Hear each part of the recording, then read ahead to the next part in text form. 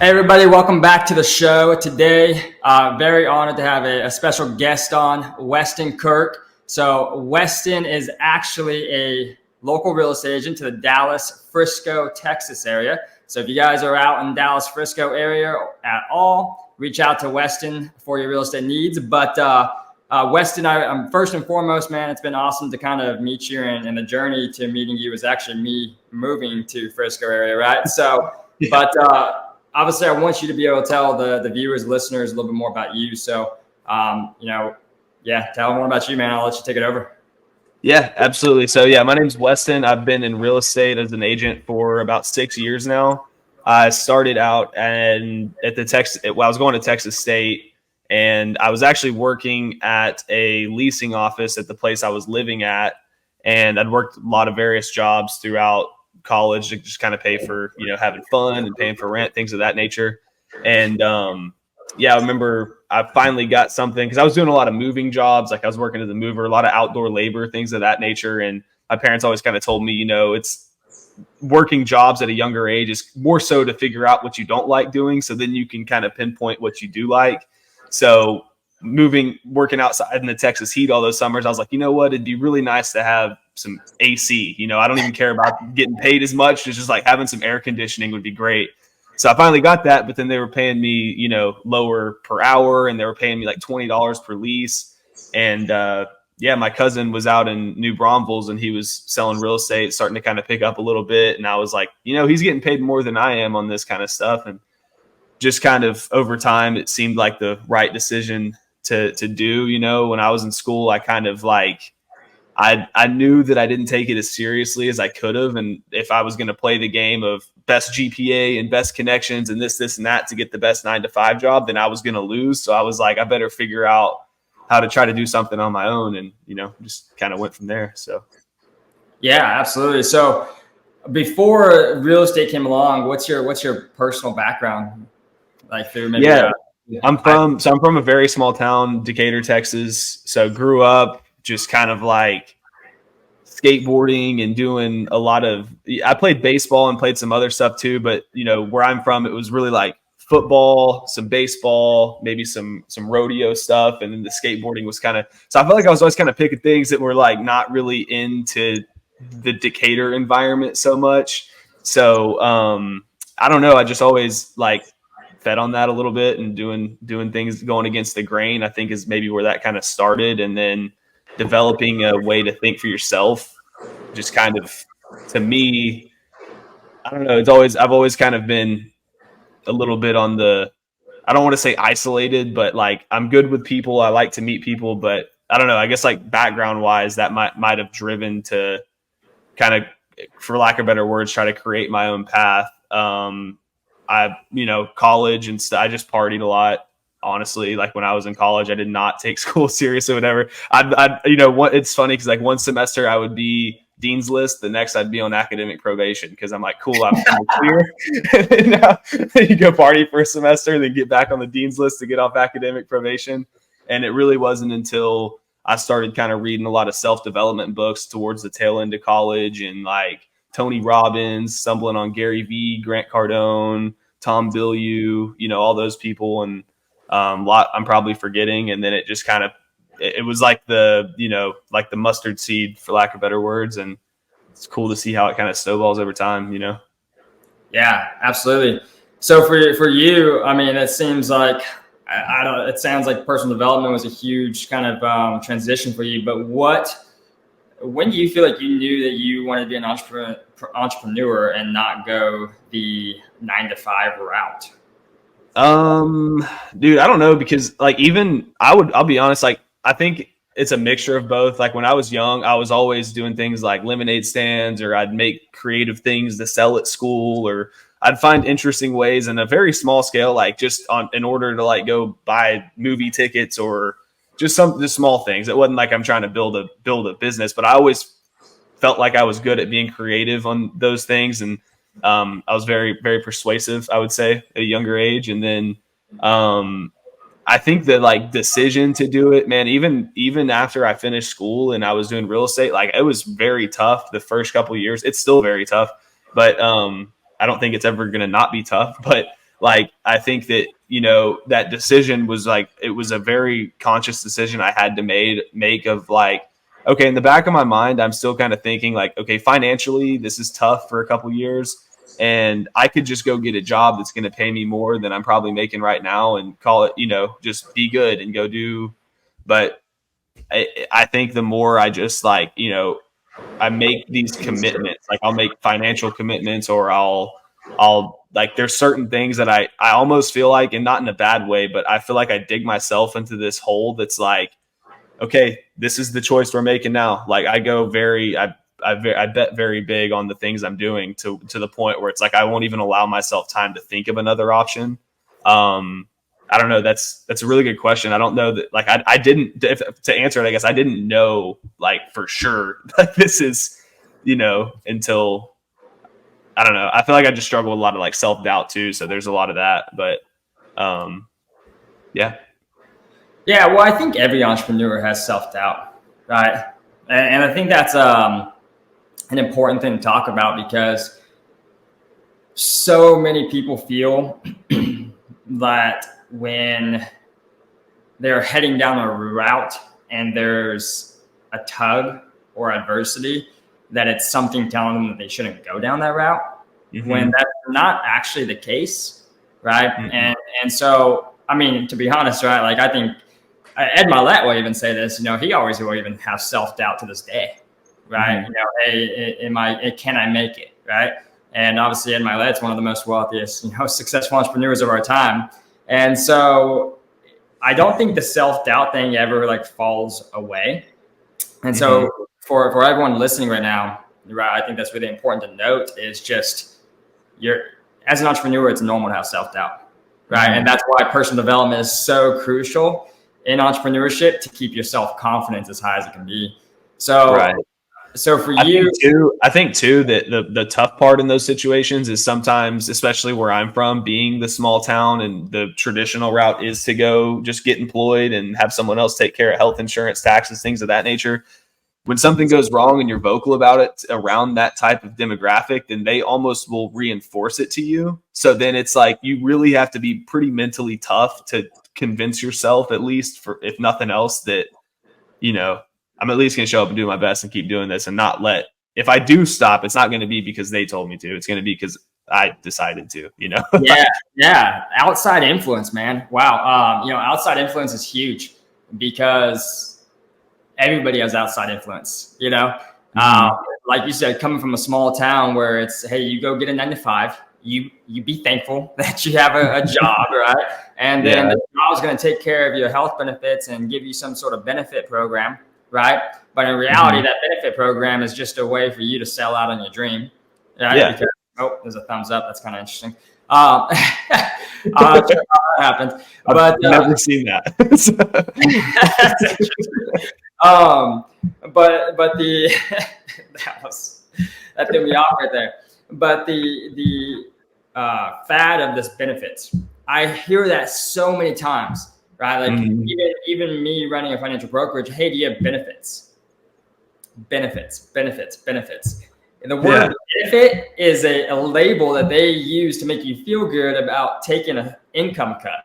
Like in all reality, because the average salary is going to pay you $60,000, but if you can go make $150,000, $200,000 on your own, what's $800 in insurance matter a month, right?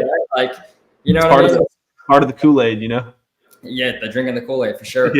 Yeah. But you're right.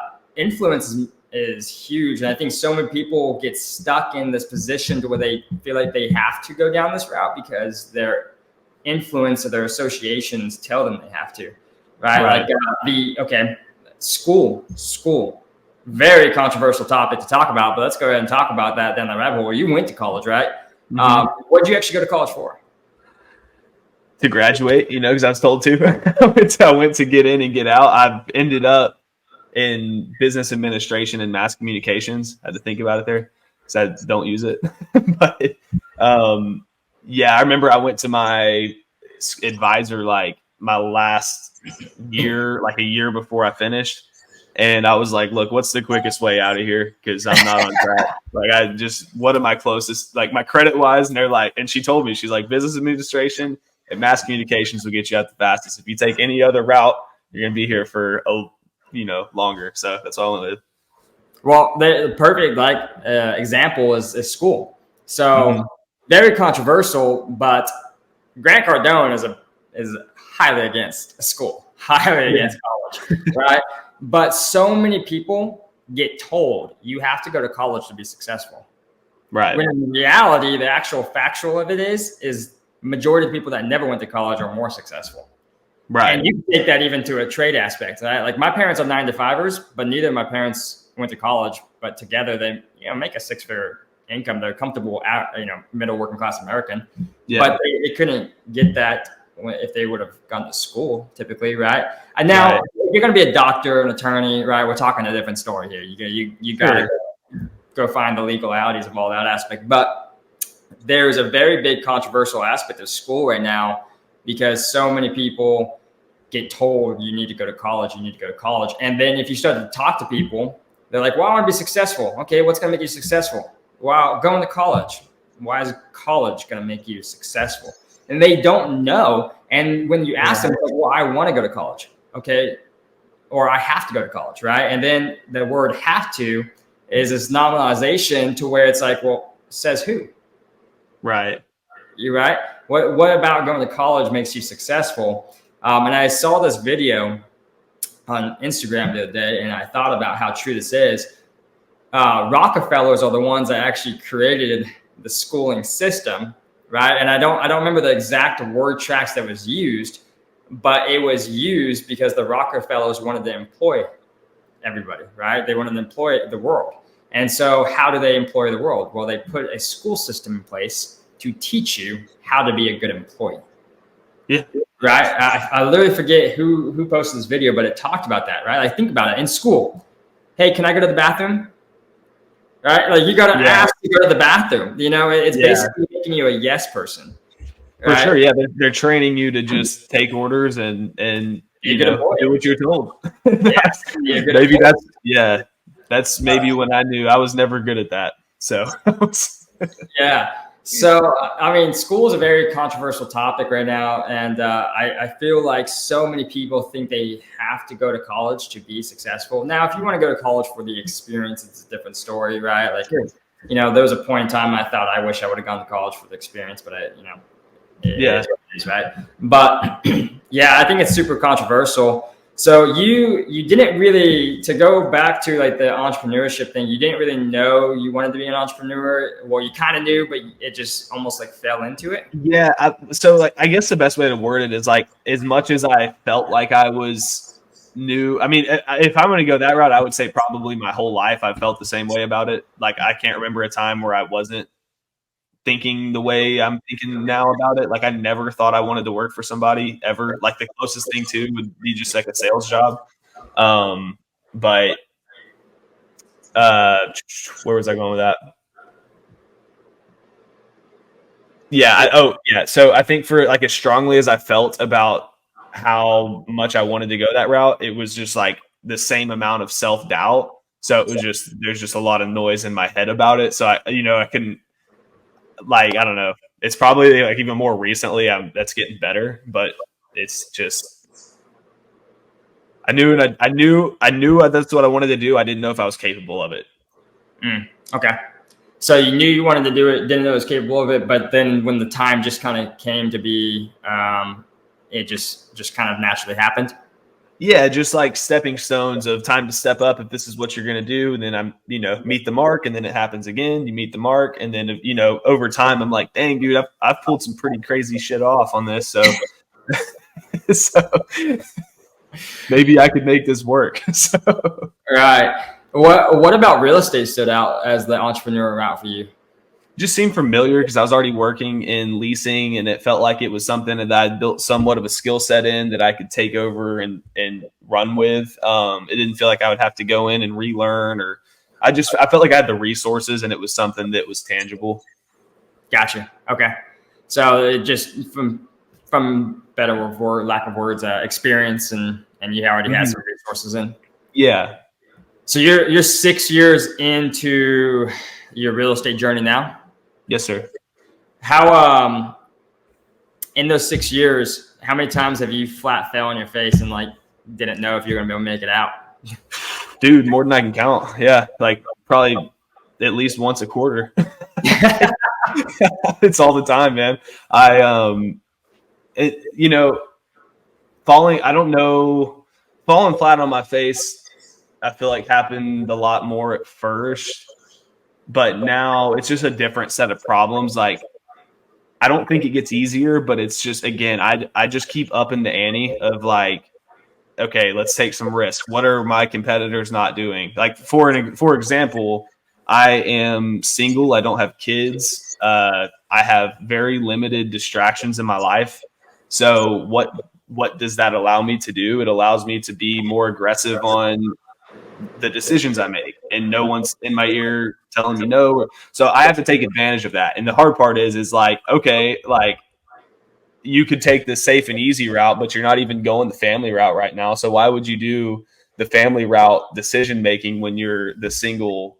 And that's really hard because then it's like, it's just all like, I really have to just shut my phone off a lot of the time. Like I really have to isolate myself sometimes just to think, like, and just to have no influence. Like that's really what I do. Like, I mean, multiple times a week, even I was telling you, like I was kind of bad on my phone over the holidays. I have this app that just shuts all my other apps down, shuts everything down on my phone so that like I'm forced to just spend time with myself and try to figure out problems. Cause that's the only thing I felt that works. Like, We may need to talk about that because I have a bad habit of needing to respond to people when they text me. man. I forced myself to use the focus mode on for nighttime. So now my phone shuts down notifications except for my wife and my grandparents, my mom, if they can always get through. But it turns any notification off aside from them, starting at 9:15 to try to force myself to stay away. But if it's in front of me and I'm not asleep at that time, all I gotta do is swipe up and say notification. And yeah, man. So when this app I have, it even blocks the notifications. Like it just shuts it down. Like you can't see it. So a lot of stuff like that to when I'm in the middle of like quote falling. I feel like I only fall on my face whenever I decide to take this, or I only would is if I decide to take this aggressive. I'm going to go spend this amount on leads and this, and I'm going to commit this much time. And then in the middle of all that, I start allowing myself to scroll on Instagram or start accepting invites to parties, or like there's a time and a place for those things. But when it's time to lock in, I mean, it's all distractions, and it's hard because you feel like sometimes like, well, I hope no one takes this the wrong way, but I mean, I got to do this, what's best for me, so. You're 100% right. Actually, let's talk about that because, that's huge. I feel like I talk about this too much. Actually, I'm not going to say too much because people need to hear it. But I was literally just talking to some of my agents about this, and you're 100% right. The noise, right? It's so easy to get distracted. I mean, I get distracted by my phone. And one thing that I do is like my desk, my chair, I've created like I've tried to create this environment specifically to where when I am sitting in this chair, I am not scrolling my phone. And if I catch myself, I jump up out of the chair immediately because I don't want to associate my chair with the relaxation. I like that.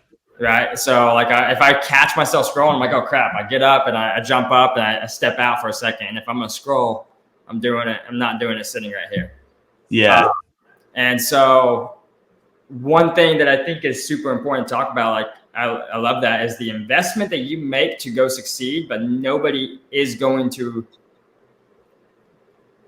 help you succeed. You got to help you, right? And so turning the noise off and learning to, like you said, I hope you don't take this the wrong way, but I'm number one and I got to take care of me, right? So talk about that, your experience in that, and like your how you go about that, and like what's your thoughts on it? Yeah, very simple. I was when I first there's a little bit of a story behind it, so I don't want to go too into the weeds.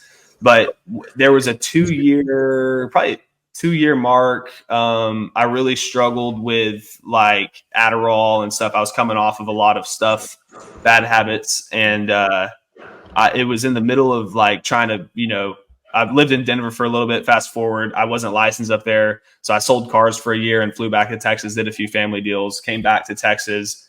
As soon as that happens, me and the girl I was with broke up, and then I was kind of like, I was sort of back at my parents until I figured out what I was going to do. And then I got kicked out of there. So I was literally sleeping in my truck for like a couple nights and then bouncing Airbnbs, found this crappy apartment in Dallas I was living in where it was like the people of, the pandemic that couldn't get kicked out. Like it was just every time I would come in, they'd be like, nice car, white boy, you get that from a chop shop, like things like that. Like it was just, I was always being heckled. Someone tried to rob me one time. Someone was murdered at the same spot. Someone tried to rob me. So like, it was not a good area. I say all that to say like, I used to be the biggest people pleaser person in the world, never wanted to upset anybody, always tried. I'm not saying I succeeded, but I always tried to like, put everyone before myself, I want to say. And I feel like that probably stems from being raised in a Christian household where you're reading, that story a lot. And I'm not taking a stance here or there on that right now. I'm just saying that's kind of, I think, a byproduct of that. And you realize whenever you're in a tough spot and you are struggling to pay the bills and struggling to eat, do all these kind of things, ain't nobody picking up the phone. Nobody's help. You know what I mean? It's like everybody's putting themselves first, because I was the liability in a lot of relationships because of decisions and habits I had created. And looking back on it now, I understand it. I'm like, okay, I wouldn't have been, having me around either. Like it wasn't good for anybody. Like, right. So I think it's just kind of like the way I look at it whenever I decide to disassociate myself from people, I try my best to keep it at an arm's length. But if it keeps, knocking on the door, I have to kind of keep it more than an arm's length.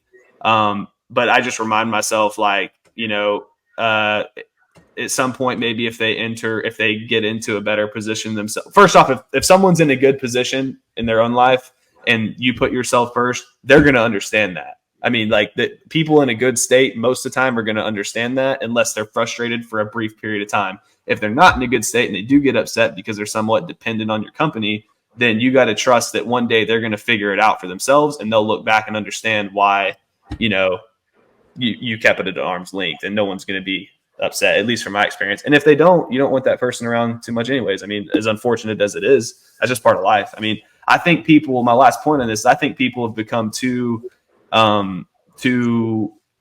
entitled to other people's attention and time and responses because of social media. Like, when my parents graduated high school, they didn't keep up with people on Facebook or Instagram or this kind of stuff. It was peace out. I might see you again. I might not. Now it's like, oh my God, he unfollowed me. And I will remove followers. I will unfollow people all day long. Like, I don't care. I don't want, like, I'm very strict about what information I let in my brain. Like, my attention is so important and valuable to me that, look, sorry, like, even I'll just be scrolling. It'll be the dumbest shit, bro. It'll be nothing important. It'll be like something that's just like, didn't want to see that today, unfriend. Dude, I try to make my feed like the things I need to see. Right. When it comes to like me, right, motocross is my background. So my Instagram either has something to do with dirt bikes or motivation.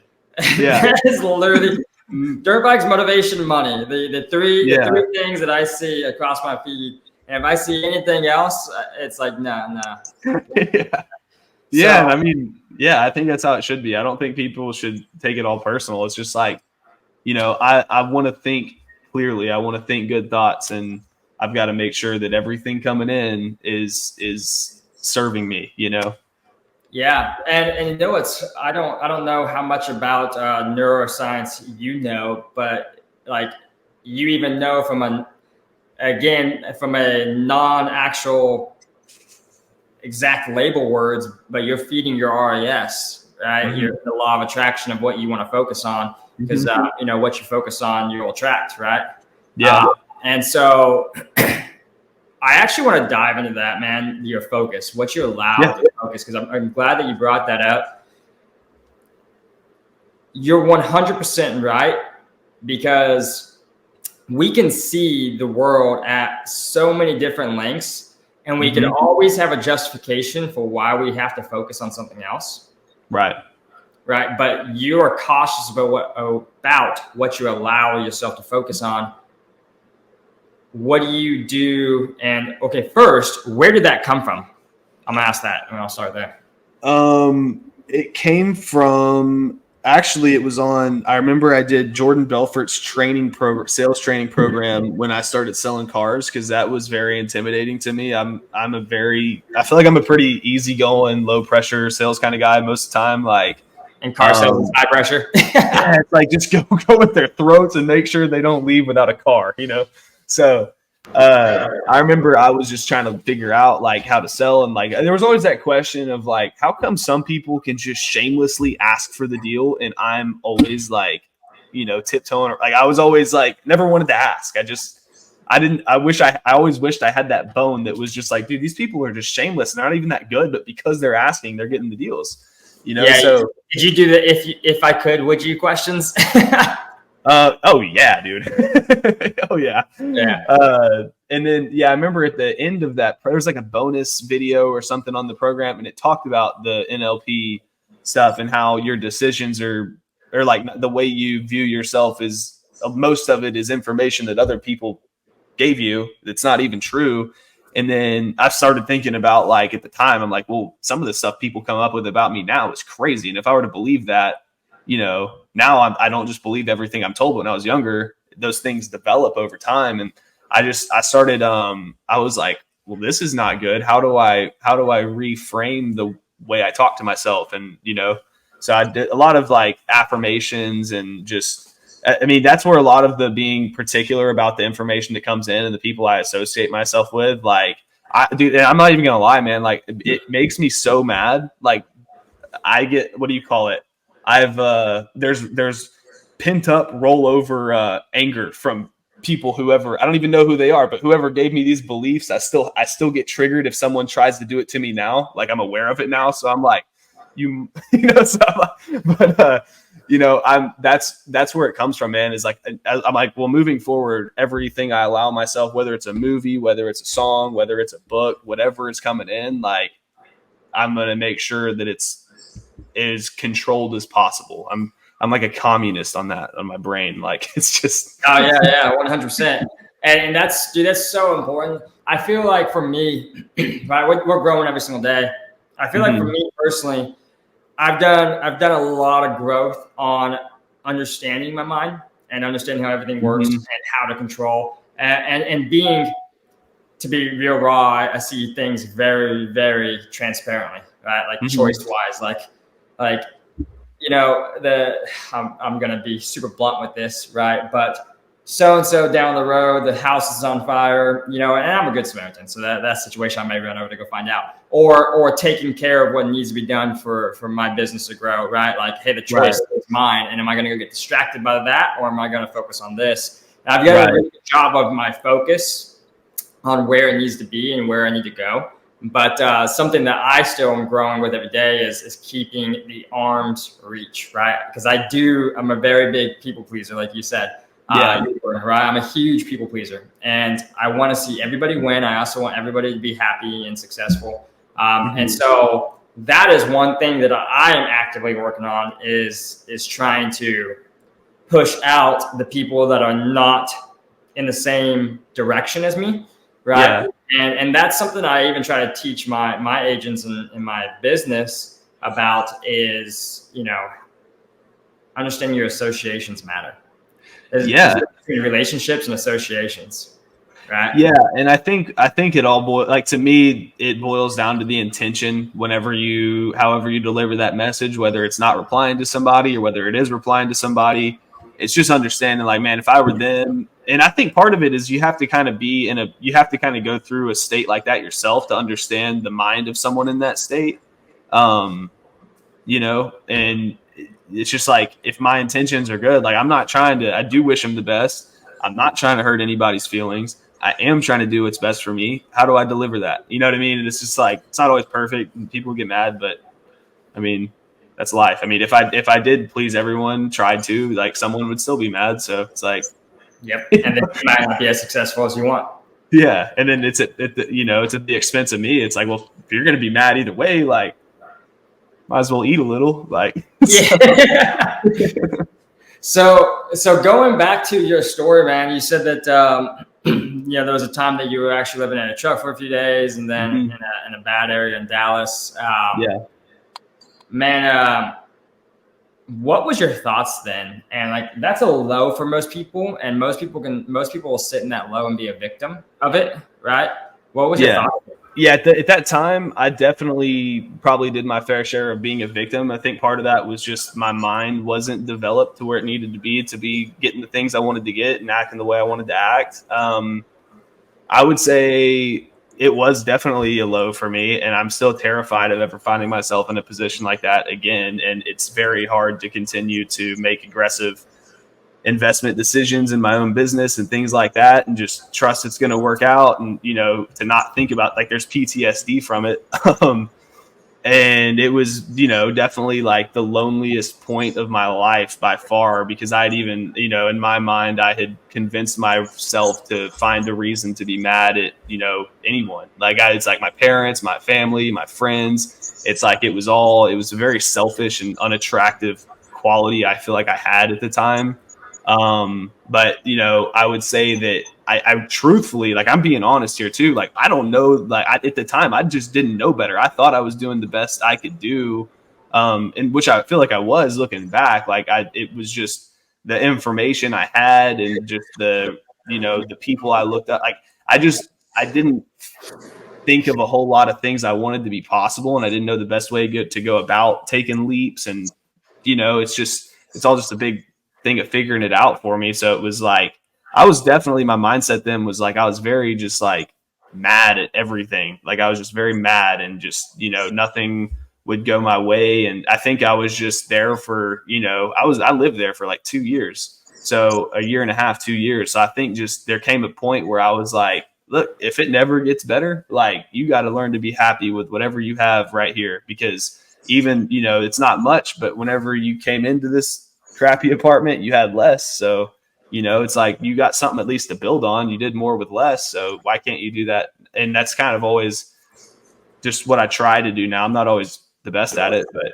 it's like, it's just that gratitude. I hate saying that because it's so cliche, but it's just like, just figuring out how to like be grateful for whatever. And then, I think the reason that works is not just, it's not like mystical. I think it's just you're grateful for something, and then you realize like, look, okay, to keep this, I've got to keep up my end of the bargain. Like, so I don't know, a lot of just working on most of that time. I felt like it was just like working on the way I think with just all these just tests. Like I feel like I'm going to think better now, and then something happens externally and it breaks your like progress you feel like you made mentally, and then so. Yeah, no, I definitely understand that. And to put a pin in that, you were talking about like channeling anger. There's a book written by Patrick Bet-David called "Choose Your Enemies Wisely." Okay, I haven't read it yet. It's on my list though. Great book. But going back to like when you were at your low, did you have anybody reaching out to support you during that time? I think I had people, I'll say this, I think people tried in their own way, but in my mind, I'm like, this isn't, I feel like mostly when people would reach out, it was like, you okay? Or is everything good? Or like, it was never like, which I get, but it's like there wasn't like, if I would, what do I get? Like, okay, best example. Hey, are you okay? No. You know what I mean? Like, then that kind of checking it. Like, yeah. It's like, the reason why I asked that is because you're right. Like, okay, so everybody's sole first responsibility is to take care of themselves. Mm-hmm. Right? Your first responsibility as a human is to take care of yourself. And so the reason why I'm starting to link this is like keeping people at arm's reach and understand that you got to shut the world down and take care of you is because nobody else is going to. When you're at low, hey, you good? No? All right. Right? Yeah.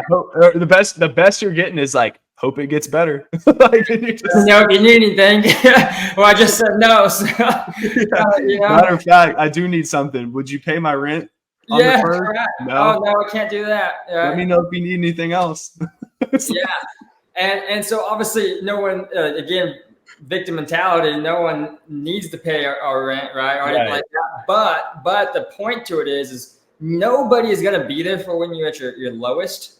So why are you worrying about taking care of everybody else to get to your best? Right. You know what I mean? Like when I was at a low, it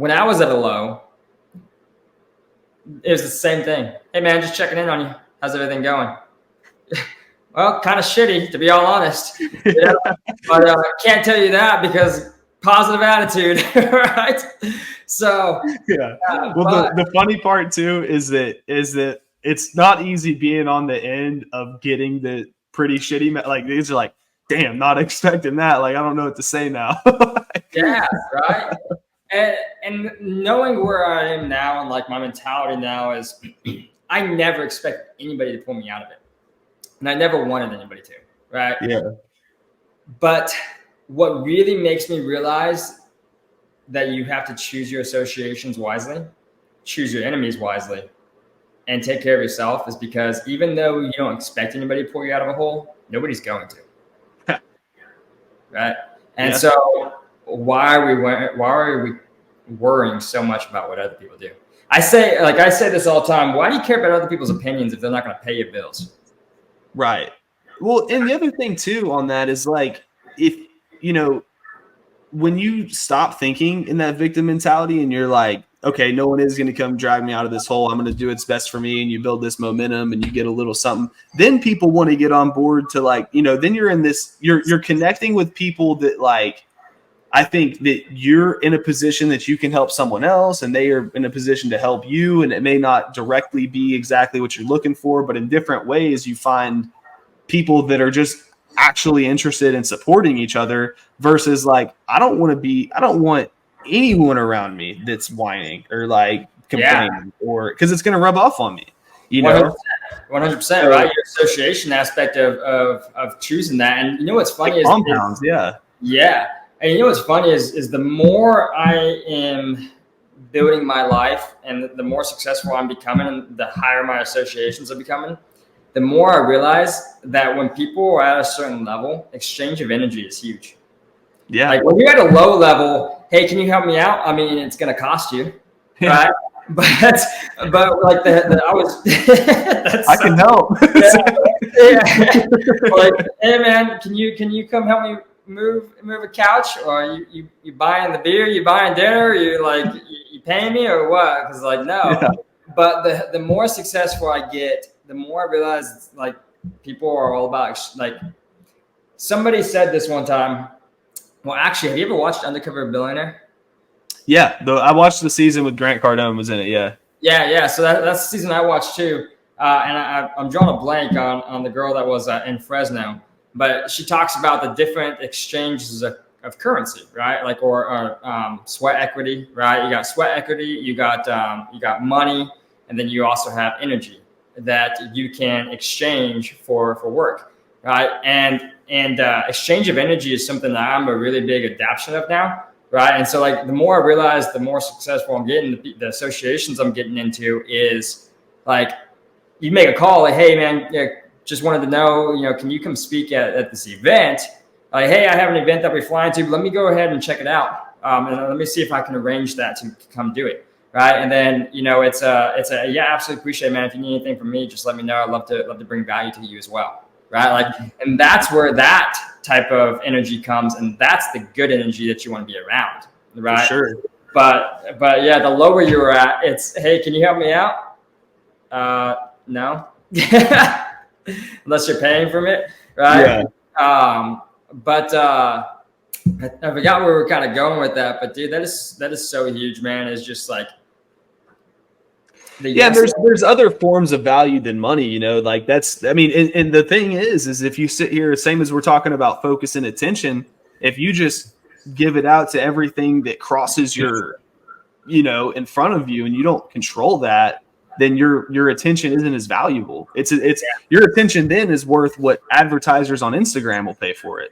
It's not worth what you can go do if you focus on building a business or finding someone you want to be with or whatever it is. I mean, it could be anything. It could literally be whatever you want it to be. And it's, that's one of my main issues. I mean, I'm in this very I'm very against being on social media right now. Like it's been about a month, and again, I told you I got this app. It just shuts everything down. I can't even touch it. And if I find myself distracting myself online, I just plug the extension and block that site moving forward for these hours. You know what I mean? But that's what most people's value is getting boiled down to, is they spend all day online, and then their attention then is only worth what advertisers will pay, and they'll never find a way out of the situation they're in because they can't spend 2 hours away from their phone to focus on solving problems, and that's scary to me, man. Like if you think about just the youth growing up on that too, and us being quote an example for that and just setting the tone for all of that. I mean, I don't know. It's not like a nihilistic scary to where there's nothing you can do about it, but it is like, something to be cautious of, because that's your life, like your whole life. It could just be taken away from looking at, comparing yourself to other people or looking at girls on Instagram is like what most people do on there. So it's like, is that really what you want your life to look like? Right. And I use social media because I use it to my advantage. The fact that everybody is looking at their phone all day, right? And so I use social media and I'm not that much on it. I should be on it more. And, I'm just in the season of my life where it's not as important, but it is on a list to make it a presence. And because obviously everybody else is looking at their phone, so why not make me in their view, right? But to that, you're right. Like putting away the phone because you're living in this virtual reality when life's right there. And your life has to be you getting out there, right? And so there's two things that I have been really focused on. One is learning to say no right now, so you can say yes to whatever you want in the future. Right? Ed Milet talked about this. He was like, man, I used to tell people, this is where entrepreneurship gets hard. I say this all the time. Learn to say no so you can say yes to whatever. And people don't grasp that concept. But when I say that, I'm literally saying say no to everything. And that gets hard because sometimes you got to tell your parents no. You got to tell your family no. You got to tell your friends no. Right? There's so many times that my family has wanted to do something and I've said, I can't. I'm working. I can't. Yeah. I'm working. Right? And they're like, you work too much. Okay. Okay, relative, yeah. So, but saying no to those things because it's taken away focus, like you said, it's taken away focus. And if you just say yes to everything, you're never going to have the focus you need to get to where you want. Right. And so I'm trying to teach my agents saying no right now. And they hear the concept, but then they say, hey, I can't do something because, so-and-so is trying to go do this. Hey, remember that thing I said, right? Say no. Right? That applies to those hard situations where you should be saying no. Right? Yeah. And focusing on you, because then there's going to be a day that you can say yes to anything you want. Right? Yeah. And I talked about that to where dude, imagine being able to say no for 5 years. So then in 6 years, you'd be like, hey, it's Tuesday. You want to hop on a flight and go to Catalina and go play golf? Right? Yeah. So yeah, absolutely. But you were going in something? No, I was just gonna say, I mean, on what you're saying too is on being online to stay in front of people. There, to me, there is a difference too between creating and consuming. So I'll spend a lot of time creating stuff, but I'm not online. It's just what information do I have? What photos, videos, whatever do I have? And then instead of scrolling for 3 hours, I spent 3 hours making a better piece of content.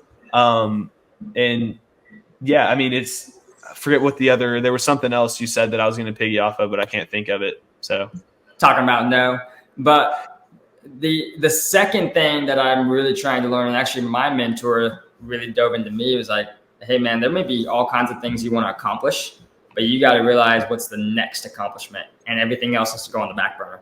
Right. And so for you something that I'm even doing, and you said something that triggered this for me was like I like getting this like this little whiteboard, not whiteboards, but like the little plastic vision board things you can like tack things onto, right? Yeah. And then hanging it, and then anytime there's something that I want to accomplish, putting on a sticky note and then going putting the sticky note on. So that way I put my thought into paper, but it's put away for now, right? Because it's not important right now, because it's going to take away my focus from what I need to focus on, right? Because something that I had a horrible time with before was I have this big vision for everything I want to accomplish. I want to do this. I want to do this. I want to do this. And I'm the type of person like, I need it now, right? Yeah. Like, and so I would try to juggle so many things, which was causing me to struggle everywhere. Mm-hmm.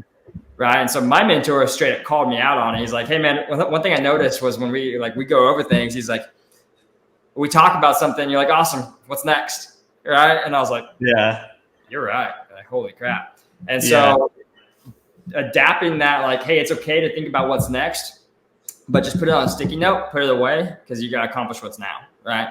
Right. And so that's really huge. And I think people struggle with that factor. They struggle with saying no, and they struggle with focusing on what they need to do right now. Yeah, I was on a call for one of Tom Bilyeu's like courses. Like I was talking to him, and he said something that was this is a year and a half, 2 years ago, and he said that what was it? You can be anything you want, but you can't be everything you want. And I was like, fair enough. I like it. Just leaves you speechless. Like, oh, better decide. You can be anything you want, but you can't be everything you want. I always say, chase two rabbits, you'll catch neither of them. Yeah, that's good. If you chase one, you got a chance, right? Yeah. So like that is super true. I think the biggest thing that up and coming entrepreneurs need to understand is like it's gonna be a struggle. Embracing the struggle, learning to say no, and your associations, and keeping everything else at arm's reach. Yeah. And two, people got to understand, like, you get paid on the size of problems you solve. I don't remember who says that, but it's like, that's so true. I mean, if you think you're going to go get this fat paycheck that's all passive and everything's passive, like I don't believe in that. I think that, unless you have a mountain of wealth that you can start passively investing into S&P 500s or things that are going to pay, 5-7% to where that actually, but you got to have a lot of money to start doing that. So it's like everyone kind of starting out, I think you got to get used to the idea of like, it's not necessarily, it's the thing is I honestly think that the problems get harder the more you go, but your capabilities are higher. So then you have more confidence in those situations, but the problems are always going to be there. I mean, if the problems stop, then the money stops.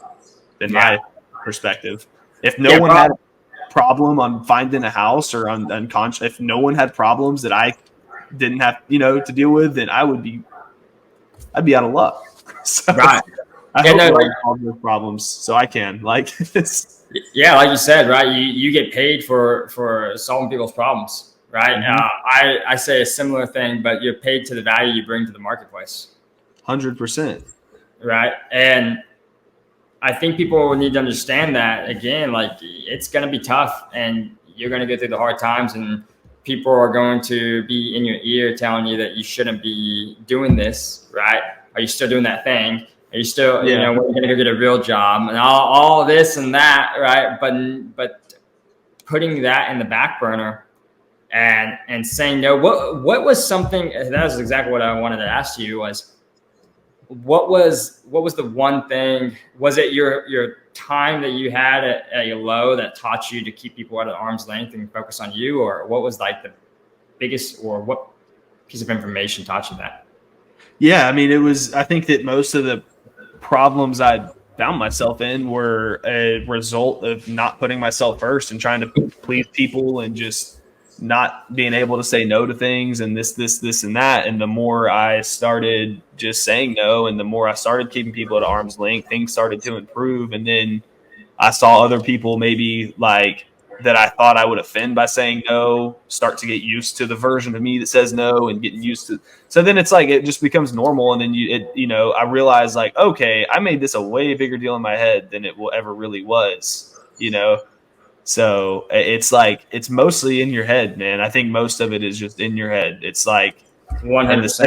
the second you decide to focus on the right things and good intentions and just do, I mean, you know, people might, people aren't ever going to be upset at you necessarily for doing what's best for you. They're going to be more mad at themselves for not doing what's best for them, and they'll cast that on you. But you just got to see through that. I mean, I mean, what did I do? You know, it actually made someone upset. Right. Like, hey, can you help me with my problem? No. What the heck is wrong with you? Like, it's your problem, not my Yeah. problem.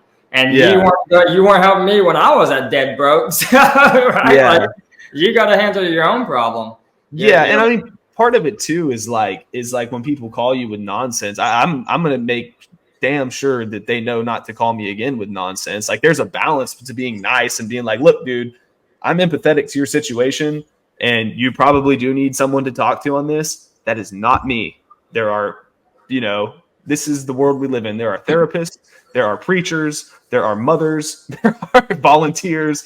Like, I am none of those. So it's like, Right. No, 100%. You're 100% right. And I mean, in my aspect as a coach, like, you know, I am the arm that people can cry on sometimes. But if you cry to my arm, you better expect like, hey, okay, feel sorry for yourself, but turn it around now. And how are you going to turn it around? Yeah. You know, because that's the one thing I don't accept is victim mentality. You know, and I'll tell people that all the time, because we can all be a victim. But if you're going to be a victim, it's always going to be. People are great at adapting. If they see you as the person they can come be a victim to, then they'll come be a victim to you. If you tell them you don't tolerate that and you actually add the value to them, then they'll keep coming back. I mean, it's a matter of people, you know, people can not like you or whatever all day long, but if they need something you got, they'll be there, you know?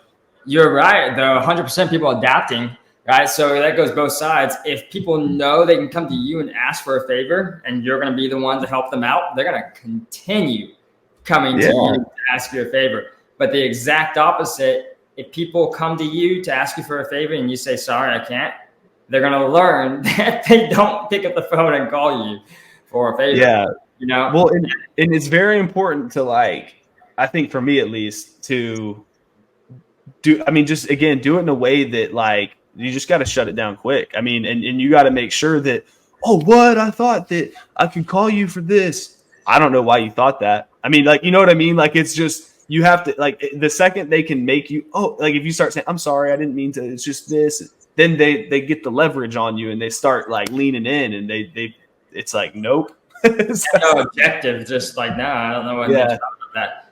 Wish you the best, though. Like, there's no bad intent. It's just, you know, and there's nothing wrong with that. If someone wants to go about their life, make less money, and just make people feel better, like, be my guest. We need more of those people, but it's not me. So 100%. What for you? I mean, do you have a couple of books like you would personally recommend anybody read? I read a really good one actually recently that was it was called 101 Ways or 101 Essays That Will Change the Way You Think. That was really good. I always try to find things that, again, just like change my perspective or make me think something different, because you'll be a different human by default of that. I'm going blank. I like, I've read all the sales ones. Like, I think I just go and I try to buy like 2 Audibles a week at least and go through them. Just whatever is on my mind. I want to read that Patrick Bet-David one. All Ed Milet's books were really good. The Power of One More is huge. Yeah, that was a really good one. I like the little bit of the Deepak Chopra, some of those, like, you know, 7 Spiritual Laws of Success. The Alchemist was one of my favorite books. Yeah, there's a lot of them, man. I think I try to constantly read something, but. Yeah, I really like Choose Your Enemies Wisely, The Power of One More. I think Think and Grow Rich is a necessity, and I think people have times. But 177 Mental Toughness Secrets of the World Class by Steve Siebold. I love that book because you can read like a daily reader because it gives you 177 pages, and each one has a daily task for you, right? So it tells you like what the world class thinks versus the average, and it tells you basically the action is to think about a scenario where this happened and how could you have changed it, right? Okay. Yeah, so really, really huge on like it's activity wise. That's the stuff that I really like because it forces you to kind of study more than just listen or read, right? And actually, choose enemies wisely is like that. It's more of a like. So I listen to it, but I want to go back and listen to it and read it because the reading aspect actually has a workbook to it. So he'll like tell you like fill in these things, right, and makes it kind of engaged aspect. But man, from everything that you've gone through, what's the biggest piece of advice you could give people to like get on the track of success for themselves?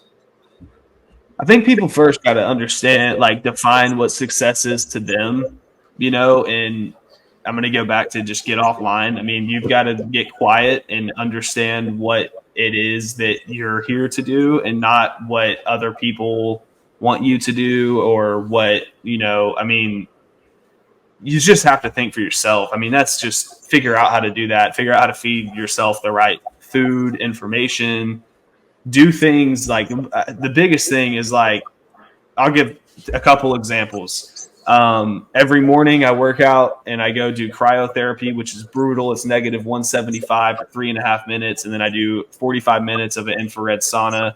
And then I make sure to put like books as information and block social media apps so that like whatever I'm taking in this 15-hour period I'm up is much better than the next guy that's trying to get the same things out of life that I am, because we're all competing for the same stuff.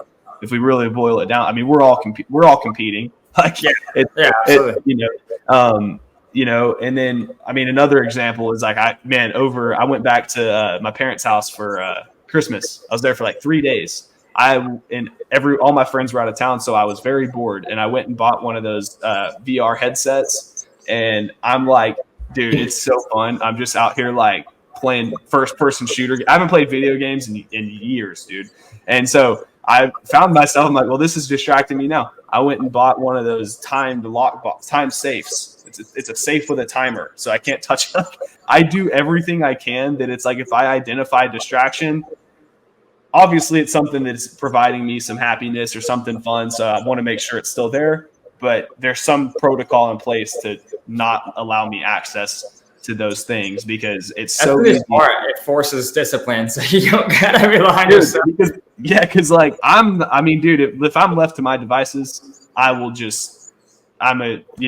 consume and consume, but I want to create, and I need to create. I mean, I think my life would be a waste if I just wasted away on, just consuming garbage. Like, I don't know. I mean, and sometimes it's fun and relaxing to do it, but when it gets to the point where it's like, I was late to a showing today, sometimes, something like that. It's like, there's no reason that things shouldn't get taken care of. So I'm the type of person that needs that kind of like, I need it just unavailable.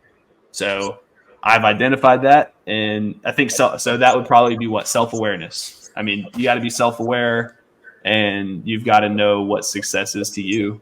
And I don't think it ever is worth. I do think that good relationships with people is always worth more than money. So like, I wouldn't tarnish it over money. If it's a bad relationship, go ahead and screw it up for money. Who cares? But if it's a good relationship, like, don't, it's not worth it. So. Yeah.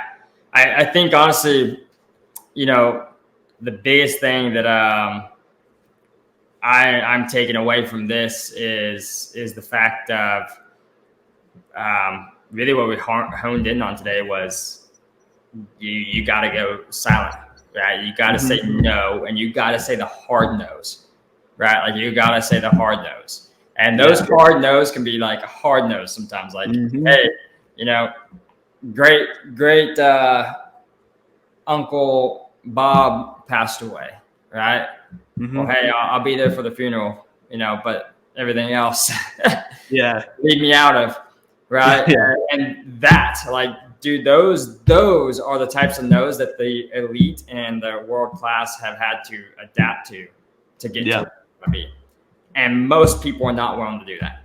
No. Most people are not willing to do that. No, and I think part of it too is sometimes when you hit those forks in the road, I think it sometimes is a self-reflection point to sit there and be like, okay, well, what do I value more? Do I value my future doing this, or do I value it with family? And if it's family, there's nothing wrong with that. I mean, It's your choice. nothing at all wrong with that. And if you feel the way I do is I think that if it would serve that same people I care about better by me sticking to what I'm supposed to be doing, and I know I'm supposed to be doing, they may temporarily be upset, but maybe you come out of that as like a role model to somebody that, from your family that could be doing better, or there's something that they could take away that they wouldn't necessarily get if you did go to everything. And there are people in the family or in the friend groups that their role is to show up to everything. And that's, like everybody has that role.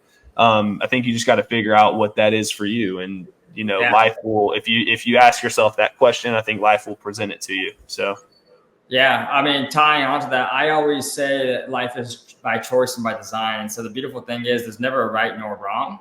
It's just by choice, right? So when a scenario comes up, it is 100% your choice to say yes or no to it. Mm-hmm. But own the choice, right?